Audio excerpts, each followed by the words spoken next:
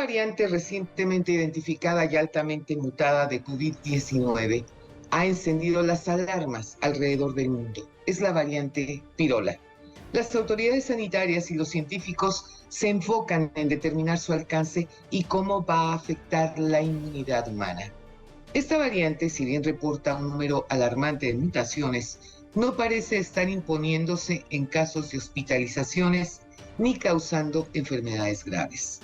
Pero para saber cuáles son estas características, efectos y cuidados, esta noche me acompaña el doctor Jorge Baruch Díaz Ramírez, responsable de la Clínica de Atención Preventiva del Viajero de la Facultad de Medicina de la Universidad Nacional Autónoma de México. Quédese con nosotros esta noche. El programa, les aseguro, va a estar muy interesante. Esto es Frente a Frente, periodismo con responsabilidad. Comenzamos.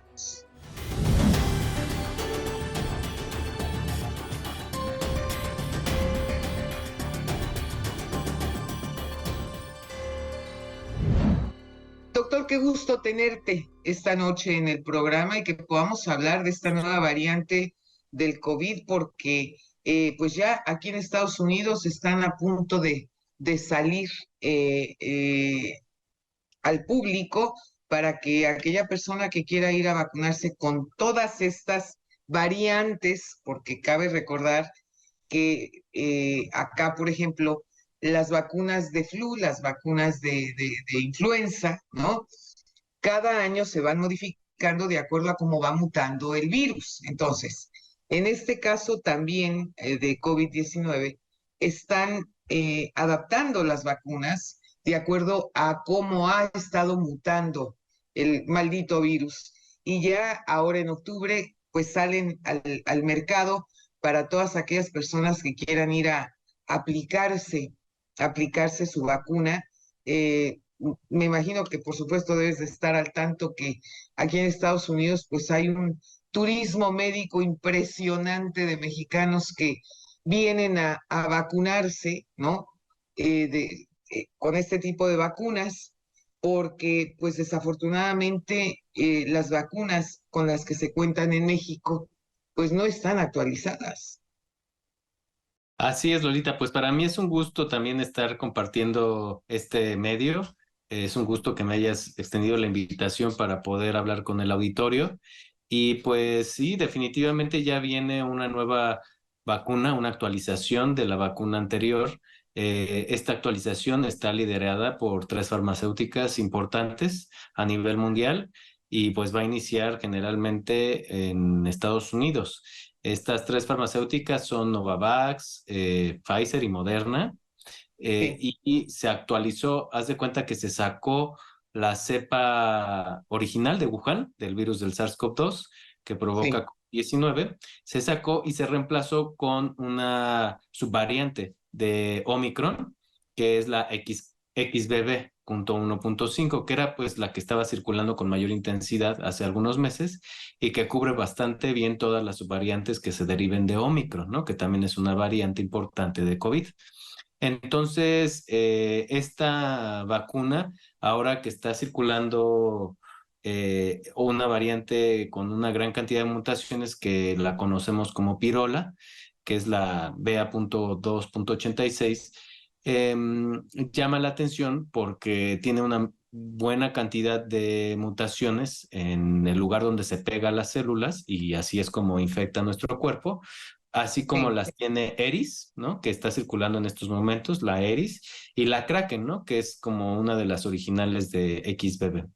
Entonces, aquí llama la atención porque ya Moderna, en un comunicado de prensa que sacó esta semana, justamente, en donde probaba esta actualización de vacunas que vamos a estar recibiendo en Estados Unidos a partir del, pues ya empezaron algunas farmacias, pero en general empiezan en octubre a aplicar esta actualización, pues probó esta vacuna con esta variante pirola y concluyó que genera o incrementa el número de anticuerpos hasta 8.6 veces más.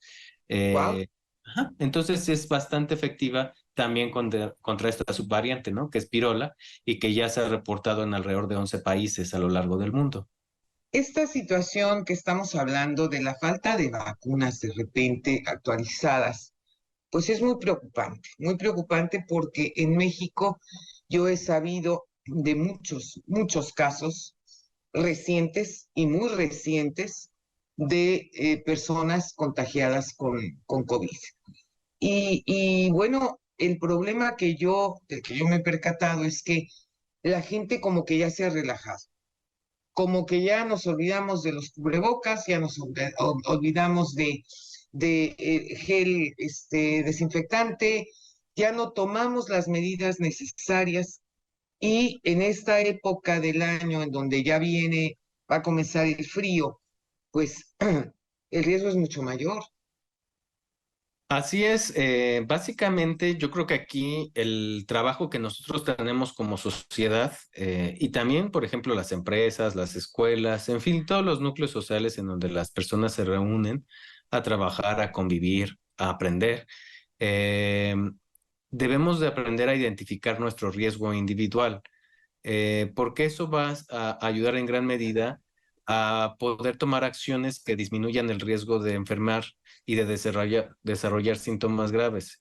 ¿Y a qué me refiero con esto? Pues está bien identificado que aquellas personas que son más vulnerables en esta temporada, pues de circulación de virus respiratorios, que es otoño e invierno y que ya comenzó, eh, pues tenemos, por ejemplo, las personas que son más vulnerables contra COVID o de COVID, de desarrollar hospitalización o incluso muerte por COVID-19, a pesar de haber recibido el esquema primario de vacunación, pues son los adultos mayores, por ejemplo, y las personas con alguna condición médica, lo Hay que muchas disminuye. personas que tienen miedo a la vacuna, doctor, y esto hay que mencionarlo. Y tienen miedo porque, por todo lo que se ha publicado, ¿no?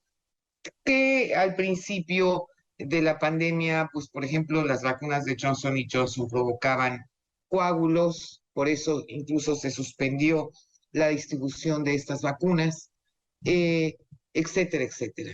Entonces, ¿de qué manera podemos nosotros garantizarle al público que estas vacunas que se van a empezar a aplicar son vacunas seguras y no van a poner en riesgo su salud y su vida?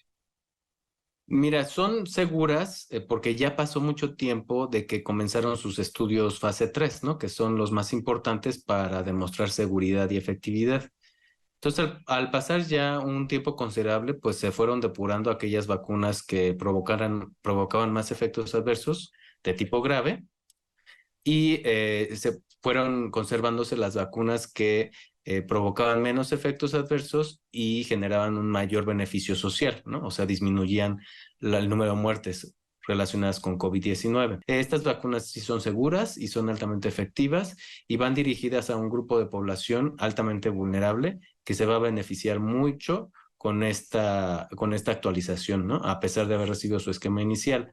Ahora ya es generalmente una vacuna que reconoce nuestro cuerpo, solamente es actualizar, ¿no? Entonces esta incorporación de la tecnología que ya previamente a la cual ya tuvimos exposición, pues va a disminuir la cantidad de efectos indeseables que pudieran llegar a provocar porque nuestro cuerpo ya la reconoce.